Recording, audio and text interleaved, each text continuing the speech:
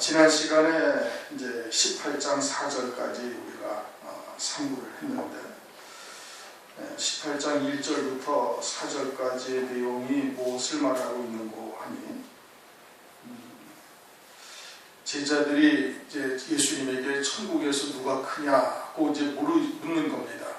주님은 계속해서 예루살렘에 가서 고난을 당하고 죽임당하시고 제3일에 부활하실 것을 말하고 있는데 제자들은 그 말씀의 뜻이 무엇인지를 깨닫지 못하고 있고 오히려 예루살렘에 가면은 이제 주님이 왕이 되실 것과 그리고 주님과 더불어서 이제 큰 부귀와 영화 또는 권세 누릴 생각으로 지금 가득 차 있는 거예요. 그 생각으로 가득 차 있으면서 이제 누가 더 큰 자리를 차지할 것인가를 가지고 서로 이제 갑론을 하고 있는 겁니다. 그러자 주님께서 어린아이 하나를 가운데다 세우시고 제자들 사이에 세우시고 돌이켜 어린아이와 같이 되지 아니하면 천국에 들어가지 못할 것이고 또 어린아이와 같이 자기를 낮추는 자가 천국에서 큰 자, 이렇게 두 가지를 말씀하셨어요. 어린아이를 갖다가 세우시고서는 돌이켜 어린아이와 같이 되어야만 된다는 얘기거든요. 어린아이와 같이 되어야 된다. 어린아이는 무엇을 말하냐면 단순하고 순전한 거예요. 주님이 하나님 나라를 이야기하시면 그냥 하나님 나라만 받아들여야 돼요. 그걸 가지고서 세상을 다시 거꾸로 또 세상 것을 생각하지 아니한다 이겁니다. 어린아이들은 그냥 하나 이야기하면 그 하나만 딱 알아듣는 것이지 우리처럼 다 큰 사람들처럼 그 하나를 가지고서 다른 것도 생각을 하고 여러 가지 복잡하게 생각지 아니하는 거예요. 하나님께서 하나님의 나라를 우리에게 설명을 해주셔도 그것을 우리가 깨닫지를 못하고 이해할 수가 없으니까 세상에 있는 것들을 가지고 하나님의 나라를 우리에게 설명을 해주시는 거거든요. 그러면은 세상에 보이는 것, 만져지는 것을 가지고 우리에게 말씀을 하신다 할지라도 어린아이처럼 단순하게 하나님 나라만 받아들이면 되는 거예요. 그것을 통해서 하나님 나라에서 우리가 무엇이 영생이고 하나님 나라에서 어떠한 영광을 누리게 되어질 것이며 하나님께서 이루어 가시는 구원이 무엇인가 이거를 받아들이면 되는데 그런데 그것 말고 또 세상 것도 함께 생각을 하고 있는 거예요. 그러니까 돌이켜서 어린아이와 같이 되라 아주 단순하고 순전한 자가 되어져야 된다는 뜻인 겁니다. 첫 번째는 그거예요. 그 다음에는 뭐예요? 그 다음에는 자기를 낮추는 자다 이겁니다. 어린아이처럼 하나님 앞에 어린 양이고 주의 일을 감당한 후에 우리는 무익한 종이다. 내가 나의 나된 것은 하나님의 은혜로 된 것이다. 와 같은 중심으로 하나님 앞에 항상 어린 양이 되어져 있어야 되는 거예요. 그렇게 되어져서 섬기는 자가 되어야 된다. 섬기는 자. 주님은 이 땅에 오셔서 우리를 섬기러 오셨다. 그렇게 말씀하셨습니까? 우리를 섬기러 오신 거예요. 우리를 섬기러 오셨는데 그 섬김이 우리를 섬기는 것이 뭐냐면은 당신을 희생하시고 하나님 보좌 우편 영광의 자리로 인도하시는 것이 우리를 섬기시는 거예요. 세상에서의 섬김은 그냥 그를 상전처럼 머리처럼 받들어주는 것이 섬김인데 하나님 나라에서의 섬김은 뭐냐면 물론 당신도 자신을 희생하지만 하나님 나라 보좌 우편 영광의 자리로 이끌어 가시는 것이 그것이 온전히 섬기는 것이 되는 거예요. 그렇게 자신을 낮추면서 섬기셨다 이겁니다. 어린아이처럼 섬기는 거예요. 그러니까 그와 같이 되지 아니하면 어떻게? 그와 같이 되지 않으면 한 천국에서 큰 자가 아니다. 천국에 들어가지도 못할 뿐더러 천국에서 큰 자가 아니다. 이런 뜻으로 지금 말씀을 하신 겁니다.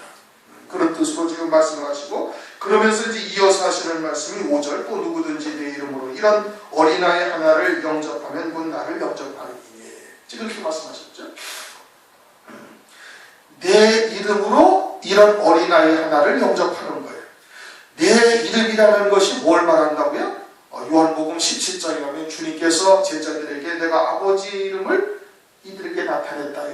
그리고서는 아버지께서 내게 주신 말씀을 이들에게 다 주었다. 이렇게 말씀을 하시죠. 그러니까 하나님의 이름을 나타냈다라는 것은 하나님 아버지의 뜻을 그들에게 다 알려주었음을 말하는 거예요. 단순한 하나님의 이름을 말하는 것이 아니죠. 그럼 예수님의 이름으로 영접한다? 그럼 예수님의 이름으로 영접한다는 것은 예수님의 뜻, 예수님이 이 땅에 오셔가지고 이루시는 구원이나 이 땅에 오셔서 자기 백성들의 행하시는 모든 일들을 다 깨닫고 그걸 깨달으면 어떻게 돼? 예수 그리스도 안에서 어린아이가 되는 거예요. 그렇잖아요? 하나님의 모든 뜻을 깨닫게 되어지면은 하나님 앞에 어린 양이 되어질 뿐 아니라 하나님의 나라만 바라보는 거예요. 세상을 겸하여 바라보지 아니한다. 하나님 나라와 세상을 겸하여 섬기지 않는 자가 되는 거예요. 단순한 거예요. 어린아이처럼. 단순해서 하나님 나라만 바라보고 그리고서는 하나님 앞에 어린 양이 되어져 소저와 같은 자가 되어져 있어야 예수 안에서의 어린아이와 같은 자를 볼 수가 있습니다. 다른 말로 얘기해서 세상에서도 자기가 교만하면은 교만한 자만 딱 보여요. 자기가 드러나고 싶으면 어떤 이제 단체나 어떤 무리에서 자기가 드러나고 싶으면은 드러나고 싶어 하는 자가 눈에 딱 가시처럼 딱 걸리는 거예요. 자기하고 똑같은 게 보이는 겁니다. 자기가 겸손하면은 겸손한 자가 보이는 거예요. 자기가 교만한 자면은 교만한 자가 보이는 거예요.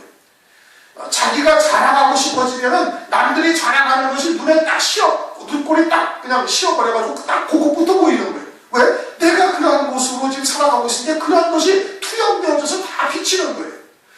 마태복음 10장을 보면은 주님께서 뭐라고 말씀하셨는가? 10장 41절을 한번 보세요. 이거는 예전에 한번 했던 말씀인 겁니다. 마태복음 10장 41절을 보면은 뭐라고 말씀하시는 거니? 선지자의 이름으로 선지자를 영접하는 자는 선지자의 상을 받을 것이요 의인의 이름으로 의인을 영접하는 자는 의인의 상을 받을 것이요 라고 말씀하셨어요. 선지자의 눈에는 선지자가 누군지가 보이는 겁니다. 왜? 자기가 선지자니까 누가 참 선지자인지를 아는 거예요. 그러니까 선지자를 보고 선지자를 영접하는 자는 자기도 선지자이기 때문에 선지자를 알고 영접을 하는 것이니 선지자의 상을 받는 것이고, 자기가 의인은 무엇가 참된 의인인 줄 알고 있으니까 의인인 것을 깨닫고 영접하는 거예요. 그래서 자기도 의인의 상을 받는다, 이런 뜻인 겁니다. 그리고 의인이 아니면 의인이 누군지를 모르고 자기가 선지자의 눈을 가지고 있지 아니하면 선지자가 누군지 모르는 거예요.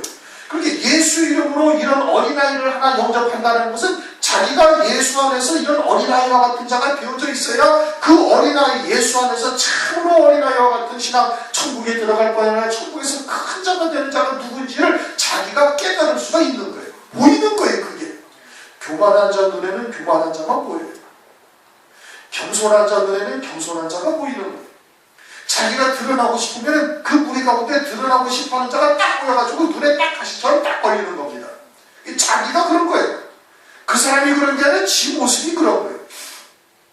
목사들 얘기를 해서 좀 죄송한데, 목사들이 모여서 이제 어떤 일들을 하고 뭘 하다 보면은 그냥 자기 눈에 딱 걸리는 사람이 딱 있어요. 그러면은 자기도 그 사람처럼 꼭 드러나고 싶고 자기를 좀 자랑하고 싶고 자기가 어떤 사람이라는 것을 막 나타내고 싶어 하는 사람은 그렇게 행동하는 사람이 딱 걸려요. 그래가지고 막 시기하고 미워하고 자꾸 그 사람을 제껴버리려고 그래. 그래야 자기가 드러나니까. 여러분들도 한번 모임 같은 데서도 가만히 유심히 보면 또 그렇게 나타난다니까요. 그러니까 예수의 이름으로 어린아이와 같은 자 하나를 영접할 수 있다. 그 예수 안에서의 어린아이가 보인다라는 것은 자기의 신앙이 예수 안에서 소저와 같은 신앙이 되어져야 그를 볼 수가 있는 거예요. 이게 정말 예수 안에서 어린아이와 같은 아주 순전하고 정직한 자요. 또 자기를 겸손히 낮추는 자라는 것을 볼 수가 있는 거예요. 그러면은 그 안에는 누가 계시는 거예요? 그 안에는 예수님이 계시는 거예요. 말씀이 계시는 거예요.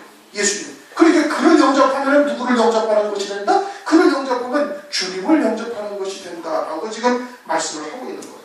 또 누구든지 내 이름으로 이런 너희들이 하나를 영접하면 곧 나를 영접함이니, 누구든지 나를 믿는 이 소자 중 하나를 실족해 하면 차라리 연자 맷돌을 그 목에 달리고 깊은 바다에 빠뜨리는 것이 나으리라. 이 소자를 하나 실족해 한다면 연자 맷돌을 그 목에 달리고, 연자 맷돌이라는 게 뭐예요? 곡식을 가는 거죠? 곡식을 가는 거예요. 다시 말하면 연자 맷돌을 연자 맷돌을 갖고 목에다가 걸고 깊은 바다에 빠뜨리운다라는 것은 자기가 그와 같은 곡식 가는 자였다는 뜻인 겁니다. 곡식 가는 자, 양식을 나눠주는 자, 다시 말하면 소위 목사요, 교역자요, 또는 선지자 노릇을 하는 이와 같은 사람을 말하는 것이고, 그런데 그를 갖다가 이 예수 안에서의 어린아이와 같은 자를 실족해 했으니까 그 연자 맷돌을 목에 가리고 깊은 바다에 빠뜨리운다라는 것은 영원한 멸망이다라는 겁니다. 죄악의 바다에 빠뜨려서 영원한 멸망이래요. 그럼 무엇을 가지고 예수 안에서 이런 소자 중 하나를 실족하게 한 거예요? 지금 그와 같은 소자가 예수 안에서 이 소자가 어떤 자를 말하는 거예요? 하나님의 나라만 소망하는 거예요. 그 다음에는 아주 그냥 주 안에서만 자라는 거예요. 나의 나 된 것은 오직 하나님의 은혜로 된 것이니, 근데 주 안에서만 자랑하고 하나님께만 영광을 돌리고 하나님만 높이는 신앙이다 이거. 그것을 실족하게 하는 거예요. 그러면 그 반대의 것으로 실족해 하는 것을 말하는 거예요. 그러니까 하나님 나라만 바라보는데 뭘 바라보게 하는 거예요? 세상을 자꾸 바라보게 하는 거예요. 우리는 이와 같이 응답받고 하나님이 우리와 함께 하시는 부적이 이와 같이 부유하고 영광을 누리며 세상에서 부귀 영화 존귀 영광을 누리는 것이 아니냐 하면서 그들을 자꾸 미혹한다 이겁니다. 그것을 보여주는 거예요. 예수 안에서의 소자라는 것은 늘 환난과 궁핍과 어려움과 고난을 겪는 거예요. 세상에서 영악하지 아니하니까. 그저 세상의 것에 욕심을 두지 아니하고 세상의 것에서 초월된 삶을 살고 있으니까 세상의 것에 그렇게 집착을 하거나 그것을 막 쫓아다니거나 하지 아니하니까 늘 가난이나 고난이나 연단 이와 같은 것에서 벗어나지를 못하는 것이죠. 그런데 그런 사람들에게 어떻게 세상에 복된 것을 갖다가 보여주고 그런 것을 자랑을 하고 또 그와 같은 잘못된 말씀을 그들에게 전해준다 이겁니다. 그래서 실족하게 하는 것을 말합니다. 또 예수 안에서 겸손한 자, 어린 자들인데 그냥 교회 안에서 부유한 자, 장관이나 국회의원 같은 사람이 교회에 오면 그냥 제일 앞자리에 앉혀주고 막 일어나게 하고 성도들로부터 박수 받게 하고 그러지 않습니까? 일반적으로 보통 그렇게 한다는 거죠. 그러한 것이 고난을 당하고 가난하고 어려움을 겪는 자들, 예수 안에서의 가난한 자들로 하여금 생각을 자꾸 바꾸게 만드는 거예요. 세상적인 가치관을 자꾸 그들에게 심어주는 거예요. 인본적인 신앙이나 혹은 세속적인 신앙이나 이와 같은 것을 그들에게 자꾸 보여주고 미혹하고 그러한 말로 증거하고 있다면 그것이 실족하게 하는 역사다 이거죠. 그렇게 되어지면은 영원한 멸망에 처해지게 되어질 것이다. 연자 맷돌을 그 목에 달리우고 영원한 멸망에 처해지게 될 것을 말하고 있는 것이고 7절 실족해 하는 일들이 있음을 인하여 세상에 화가 있도다. 실족해 하는 일이 없을 수는 없으나 실족해 하는 그 사람에게는 화가 있다. 항상 실족해 하는 일들이 이제까지 있었던 거예요. 그러니까 마지막 때 주님이 재림하실 때 심판의 때가 세상 끝에 어떤 일이 있냐. 누가 이때가 왔다. 그래가지고 먹고 마시고 시집가고 장가가고 있으면서 홍수가 나서 저를 다 멸할 때까지 깨닫지 못하더라. 그러니까 자기들이 멸망의 길을 가고 있는지 실족해 있는지를 전혀 깨닫지를 못하게 되어질 것을 이미 말씀하시고 있었고 그런 이후에도 계속해서 이사야의 때는 어땠어요? 에레미야의 때는 어땠어요? 다 사람의 계명으로 하나님을 헛되이 경배하고 있다고 이사야서에 말씀을 하고 그 말씀을 마태복음 15장에도 인용을 해서 주님의 때도 그러한 거예요. 그러니까 거짓된 자들이 마귀의 종된 자들의 미혹에 넘어가가지고 그래가지고 온 유대인들을 갖다가 전부 실족하게 해버린 겁니다. 에레미야서 5장 1절을 보면은 뭐라고 말씀을 하시고 있는 거 아니에요? 너희는 예루살렘 거리로 빨리 왕래하며 그 넓은 거리에서 찾아보고 알라. 너희가 만일 공의를 행하며 진리를 구하는 자 한 사람이라도 찾으면 내가 이 성을 사하리라.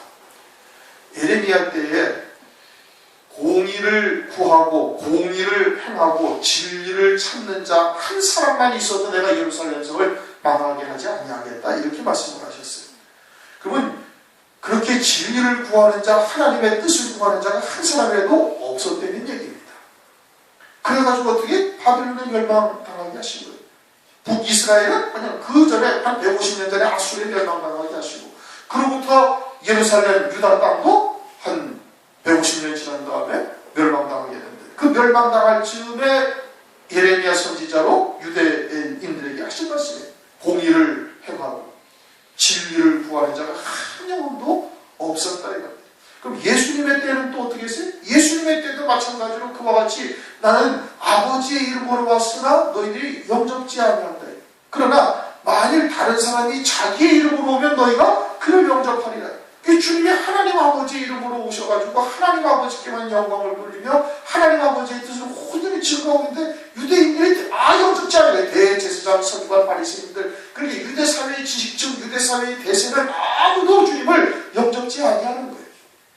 전부 다 그럼 유대인들이 어떻게 됐냐면 실족했다는 얘기예요. 이스라엘 때도 그랬고 노아리 때도 그랬고 사사이 때도 그렇게 됐고, 그리고서는 주님이 오셨음에도 불구하고 하나님의 아들이신 예수 그리스도께서 이 땅에 육신을 입고 오셨음에도 불구하고 온 유대 사회가 예수님을 배척하려고 있는 거예요. 실족한 겁니다. 누구에 의해서? 거짓 종들에 의해서 그러는 거예요.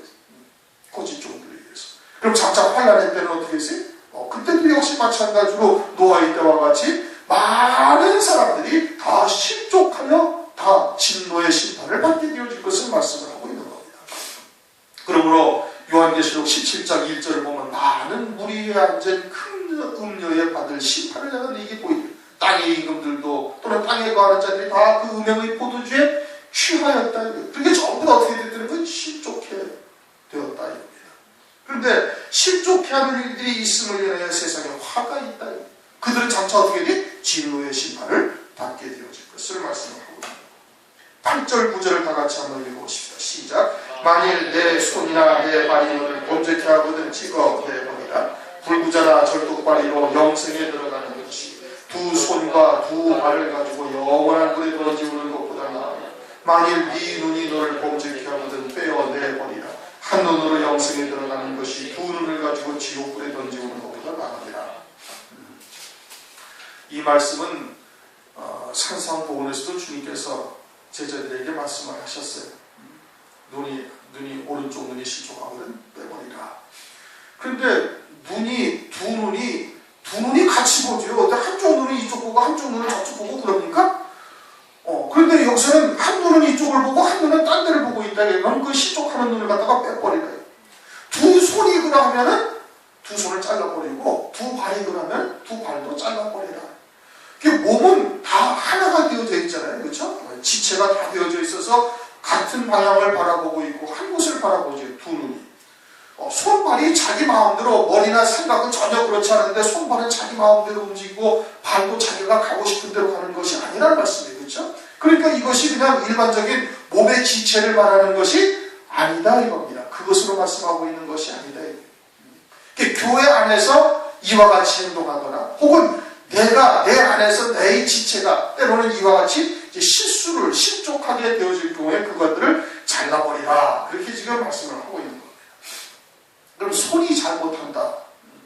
손이 잘못한다라는 것이 그러면 그것이 무엇을 말하는 게 영적으로 하나님께서 우리에게 주시는 것이지 실제 몸의 지체를 말씀하고 있는 것이 아니라는 것이죠. 손이 잘못한다라는 것은 역대하 15장 7절을 보면 손이 약하지 않게 하라. 너희 행위에는 상급이 있음이니라. 손이라는 것은 곧 일하는 손이고 이것은 상급을 이제 받기 위해서 주의 일을 감당을 하고 있는 거예요. 그런데 주의 일을 감당하는 데 있어서 이것을 오직 하나님께만 영광을 돌리는 뜻으로 해야 되는 거예요. 그러니까 다른 뜻을 가지고서 행동한다 이겁니다. 하나님 따라만 소망을 해야 하는데 세상 복된 것을 쫓거나 세상에서 무엇인가를 얻기 위해서 주의 일을 하고 있다면 그것을 실족하는 것이니까 그것을 잘라버리라 이겁니다. 헌금이나 또는 전도나 또는 주의 일을 하는 데 있어서 세상에 복된 것을 쫓고자 하는 마음, 그러니까 어린아이, 예수 안에서의 어린아이와 같은 돌이켜서 어린아이와 같이 되어야 되는데 그렇게 되지 아니하고 다른 것을 속으로 품고 있는 거예요. 하나님께 이렇게 내가 헌신하고 봉사하고 희생을 하면 하나님께서 세상의 것으로 내게 갚아주지 아니할까 하는 마음을 가지고서 행동하고 있다면 그것을 실족한 거다. 그걸 잘라버려야 된다. 무엇으로 잘라버려야 돼? 하나님의 말씀으로 잘라버려야 돼. 하나님의 말씀, 양날선 검보다도 더 예리한 하나님의 말씀의 검으로 그것을 잘라낼 수 있어야 된다. 잘라내야 된다는 것이죠. 발이 실족한다는 것은 발은 걸어가는 발이고 생애고 발자취고 이렇게 주님이 이 땅에서 걸어가신 그 길이 우리가 가야 할 길이에요. 더더군다나 요한계시록에 보면 주님께서는 요한계시록 1장 15절에 풀 위에 단련한 주석 같은 빛난 발이다. 이렇게 빛난 발이라고 그렇게 말씀하고 있어요. 풀 위에 단련된 아주 빛난 주석 같은 발이라고 이렇게 말씀을 하고 있거든요. 그러니까 이 땅에서의 사시는 삶이 그 생애 자체가 다 고난이었고 연단이었고 오직 하나님의 말씀을 위한 그와 같은 삶이었다고요. 비록 고난이나 어려움을 겪기는 하지만 아주 빛난 주석 같다 이겁니다. 하늘나라에서 영광을 누리게 하기 위한 그와 같은 삶이었던 거예요. 그런데 그 길이 좁은 길이요 협착한 길이다. 성경에서 그렇게 말씀을 하고 있는데, 그런데 그 하나님의 말씀을 가지고 넓은 길, 편안한 길, 세상의 복된 길을 쫓고자 하는 그와 같은 말씀으로 미혹하고 있다면 그게 신족해 하는 것이고, 우리 스스로도 그러한 것을 바라고 있다면 그것은 그런 말을 아예 잘라버려야 된다. 눈이 범죄케 한다 이거예요. 눈이라는 것은 보는 것이죠. 이사야서 29장 10절 보면 눈은 선지자다. 그럼 눈은 하나님 나라를 보게 해야 되는 거예요. 하나님 나라만 바라봐야 되는 거예요. 그런데 세상을 바라본다든지 육에 속한 것들을 바라보게 한다면 그러면 어떻게 된다? 그 눈을 빼버리라 이거예요. 무엇을 가지고 이렇게 하는 거예요? 하나님의 말씀을 가지고. 맷돌 가는 자가 이렇게 하는 겁니다. 맷돌을 가는 자가. 그리고 속에 그와 같은 생각들이 있다 할지라도 참된 진리의 말씀을 증거하게 되어지고 또한 그러한 말씀을 받게 되어지면 점진적으로 그와 같이 속사람이 강건해지는 거예요. 겉사람은 후패해져 가고 속은 날로 강건해져 가는 거예요. 강건해져 간다는 것은 그리스도의 형상으로 점진적으로 세워져 감을 입고 있다 이 뜻인 겁니다. 한마디로 예수 믿었다 해가지고 그리스도의 형상으로 그리스도의 신부로 세워질 수가 있습니까? 그렇지 않은 거예요. 많은 시간과 하나님의 말씀을 가지고 세상에서의 연단되고 또 세상에서의 풀무와 같은 담금질을 통해 가지고 그리스도의 형상으로 세워지는 거거든요. 그렇게 되기 위해서는 끊임없이 그와 같은 아주 날카로운 날선 검과 같은 하나님의 말씀을 들어야 되는 거예요. 그렇게 해서 그와 같이 되어지는데 그러한 하나님의 진리의 말씀을 주는 것이 아니라 먹이는 것이 아니라 이 맷돌 가는 자가 어떻게 자꾸 세상을 바라보게 하고 하늘과 세상을 겸하여 섬기는 자가 되라고 자꾸 하나님의 말씀을 미혹하는 겁니다. 하나님의 말씀으로 넓은 문 넓은 길을 보여주고 하늘에서 하늘의 복도 받고 땅의 복을 받는 자가 되어야 된다. 하늘과 땅을 겸하여 디디고 설 수가 있습니까? 없는 거예요. 하늘과 땅이 얼마나 넓은 이렇게 먼데 그거를 양쪽에 한 발씩 걸치고 설 수가 있을 수가 없는 일이죠. 그렇게 한다면 어떻게 된다? 그렇게 한다면 빼버리라. 두 손과 두 발을 가지고 영원한 불에 던지오는 것보다 나으니라. 또 9절에서는 두 눈을 가지고 지옥불에 던지오는 것보다 나으니라. 그렇게 말씀을 하고 있어요. 그러니까 이제 마태복음에서도 이제 그런 내용을 산상보훈에서도 말씀을 하셨는데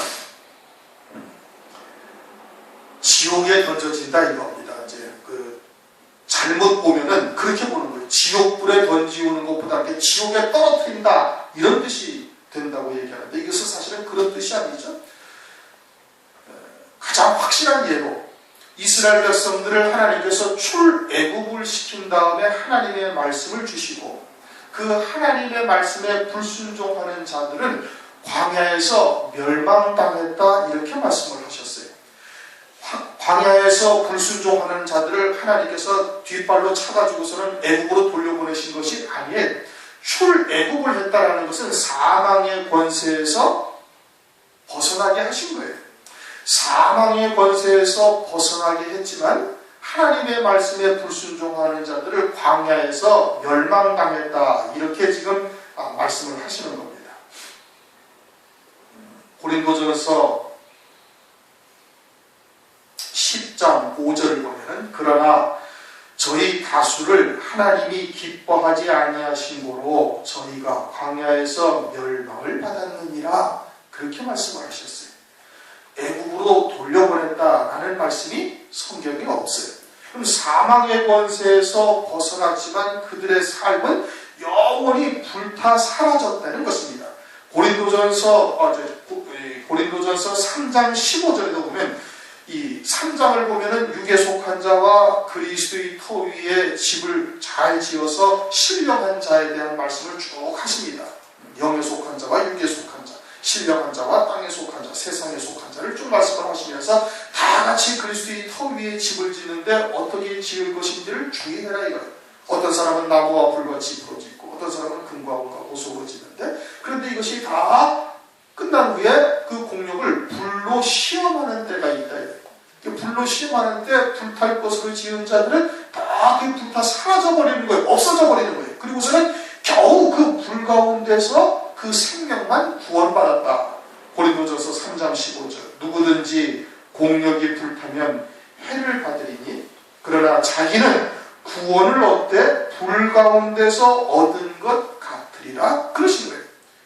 불 가운데서 완전히 그냥 다 이 지옥불에 떨어뜨린다는 것이 아니라 불 가운데서 구원을 받는데, 뭘 구원받는 거예요? 생명을 구원받는 거예요. 생명을 구원받는데 이 땅에서의 모든 삶이 마귀의 종된 자로서 마귀의 미혹의 말을 믿고 그 말을 따라서 살았으므로 마귀를 위하여 예비한 영원한 불에 그들의 모든 삶이 영원히 불타 사라진다 이겁니다.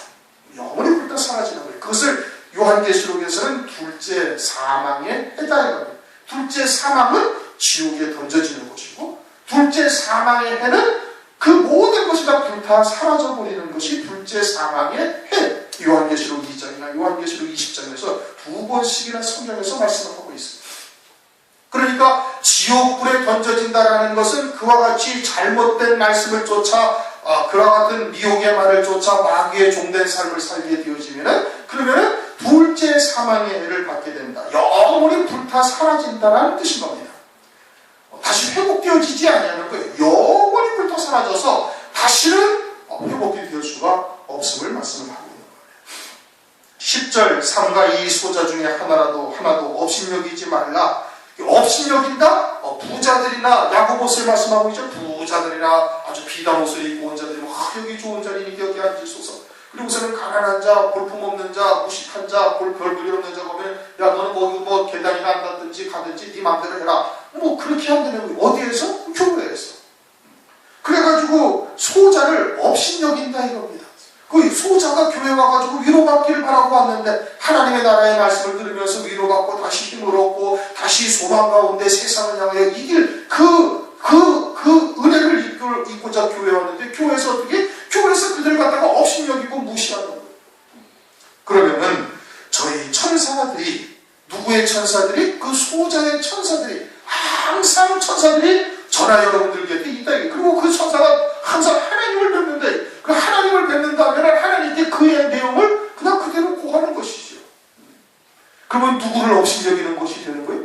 하나님을 업신여기는 거예요. 무시하고 박대하면은 누구를 업신여기고 무시하고 박대하는 거예요? 하나님을 업신여기고 하나님을 박대하고 핍박하는 것이 된다. 이런 뜻입니다. 11절 없음 이렇게 되어 있는데, 스데반 성경에는 그것이 인자가 온 것은 잃은 자를 구원하려 함이라 이렇게 말씀을 하고 있습니다. 인자가 온 것은 잃은 자를 구원하려 함이라. 그래갖고 주님이 오셔가지고 그 잃은 자가 누구냐면은 120여 성도가 된 겁니다. 오순절 마가이다라 방에 성령 받은 자들이 유대인 가운데 주님이 잃어버린 자가 되어져서 그들을 주님이 찾으시고 이제 그들을 통해서 초대교회가 이제 이루어지기 시작해서 오늘까지 온 것이에요. 그러니까 오늘날도 역시 잃은 자들이 지금도 있는 겁니다. 소자 가운데 잃은 자들이 있는 거예요. 그래서 그들의 영은 지금 말할 수 없는 탄식으로 하나님께 막 부르짖고 있는 거예요. 교회 가서 말씀을 들어도 자기의 영에게 만족을 주지 못하니까 그 영은 막 하나님의 탄식을 하며 막 갈등을 느끼며 이러고 있는데, 지금 뭐가 진리인지를 듣지를 못해가지고 방황을 하고 있는 거예요. 그러니까 우리가 어떻게 해야 되는 거예요? 우리도 전해야 되는 겁니다. 때를 얻든지 못 얻든지 하나님의 말씀을 증거해야 되는 것이죠. 12절부터 14절까지의 말씀인데, 너희 생각에는 어떻겠느냐? 만일 어떤 사람이 양이 100마리가 있는데 그 중에 하나가 길을 잃었으면 그 99마리를 산에 두고 가서 길 잃은 양을 찾지 않겠느냐? 진실로 너희에게 이르노니 만일 찾으면 길 잃지 아니한 99마리보다 이것을 더 기뻐하리라. 이와 같이 이 소자 중 하나라도 이루어지는 것은 하늘에 계신 너희 아버지의 뜻이 아니니라. 그렇게 말씀하셨어요. 이 말씀이 누가복음 15장 4절 이하에도 있습니다. 비슷한 말씀, 똑같은 말씀은 아닌데 비슷한 말씀이 있어요. 그런데 누가복음 15장을 먼저 한번 보세요. 누가복음 15장을 보시면은 누가복음 15장 4절에서 7절까지도 똑같은 말씀이 있는데, 누가복음 15장 1절을 보면은 모든 세리와 죄인들이 말씀을 들으러 가까이 나오니 바리새인과 서기관들이 원망하여 가로되 이 사람이 죄인을 영접하고 음식을 같이 먹는다 하더라. 예수께서 저희에게 비유로 이르시되 너희 중에 어느 사람이 양 100마리가 있는데 그 중에 하나를 잃으면 99마리를 데려두고 그 잃은 것을 찾도록 찾아다니지 아니하느냐. 또 찾은 자도 억지로 어깨에 메고 집에 와서 그 벗과 이웃을 불러 모으고 말하되 나와 함께 즐기자. 나의 양 잃은 양을 찾아 놀아가랴. 내가 너희에게 이르는 이와 같이 죄인 하나가 회개하면 하늘에서는 회개할 것이 없는 의인 99을 인하여 기뻐하는 것보다 더하리라. 이렇게 말씀하셨어요. 이 말씀의 배경은 뭐냐면 세리와 죄인들과 서기관 바리새인들을 지금 비유로 설명을 하신 거예요. 그래서 하늘에서는 17절 내가 너희에게 이르는 죄인 하나가 회개하면 하늘에서는 즉 하늘에서는 아버지께서는 뜻인 겁니다. 회개할 것이 없는 의인 99은 이 바리새인과 서기관들을 얘기하는 거예요. 땅에서 자기들은 회개할 것이 없다 하는 자들이에요. 그들보다 죄인, 세리와 죄인들이 회개하고 그리스도를 영접하는 자 하나가 있으면 그 하나를 더 기뻐하시리라, 이런 뜻입니다. 그 앞에서 죄인과 세리들 또는 이 서기관과 바리새인들을 비유로 주님께서 말씀하시고 있는 거예요. 그런데 지금 이제 마태복음 18장의 말씀은 그것과는 방향이 달라요. 비슷한 내용을 말씀을 하셨지만은 14절을 보면 이와 같이 이 소자 중 하나라도 잃어지는 것은, 그럼 양 100마리가 있다가 하나를 잃어버렸는데 양 100마리가 전체가 다 뭐라는 거예요? 그게 다 소자라는 얘기입니다. 누가복음 15장의 내용은 바리새인들과 죄인들의 세리를 비유로서 지금 설명을 하시고 있는 것이고, 이 마태복음 18장 12절부터 4절까지 14절까지는 14절에 뭐라고 말씀하시고 있는 거예요? 이와 같이 이 소자 중 하나라도 이루어지는 것은 하늘에 계신 너희 아버지의 뜻이 아니니라 라고 말씀하심으로 말미암아서 양 100마리가 전체가 다 뭐예요? 그게 다 소자라는 얘기입니다. 그 소자 중에 하나라도 이루어지는 것은 그 아버지의 뜻이 아니다.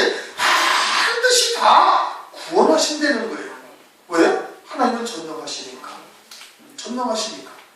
그런데 우리가 그와 같은 일에 쓰임받지 않으면 다른 누구를 통해서는 또 그와 같은 일을 주님께서는 반드시 하신다 이겁니다. 그리고 그 소자는 반드시 하나님께서 구원하시는 거예요. 그런데 그 잃어버린 소자 하나를 얻는 것이 천하보다 귀한 영혼이니, 그러니 그 99보다도 더 그 기쁨이 그만큼 더 기뻐하시리라 이거지, 99보다 그 하나가 더 귀하다라는 뜻이 아니에요. 여기서는 그런 뜻이 아니에요. 뒤에 누가복음에서는 그런 뜻이지만 여기서는 그런 뜻이 아니고, 그런 뜻이 아니라 그 잃어버렸던 하나를 얻는 기쁨이 그와 같이 크다라는 것을 지금 표현하고 계시는 거예요. 천하보다 한 영혼이 더 귀하다고 하신 말씀의 뜻과 맥이 같은 거다 이겁니다. 그리고는 나머지 99도 그것도 주님이 보시기엔 다 그들이 소자다 이겁니다. 소자. 예수 안에서의 어린아이와 같은 신앙을 가진 자들이고, 그들은 한 영혼도 주님께서 잃어버리지 아니하시고 다 구원을 하신다는 뜻이에요. 그러니까 누가복음 15장의 말씀과는 조금 다른 뜻으로 지금 비유로 설명을 하시고 있는 겁니다. 예수 안에서의 소자였다가 그와 같이 실족하거나 혹은 아직 진리가 무엇인지를 깨닫지 못한 것이죠. 예수님이 오셨을 당시에도 그 120여 문도는 진리가 무엇인지를 깨닫지를 못하고 있는 거예요. 당시 유대 사회에서 대세를 이루고 있던 대제사장과 서기관들, 즉 바리새인들과 사두개인의 교훈들로 그냥 듣고 살았던 거예요. 그러나 그 중심은 늘 갈급해 있던 겁니다. 뭔가 만족되지 아니하고 그 영은 가난한 자가 되어져서 이것은 이러한 말씀을 가지고서는 자기들이 지금 배우고 가르침을 받았던 교훈을 가지고서는 구원에 이를 수 없는 막연한 두려움을 가지고 있었던 거예요.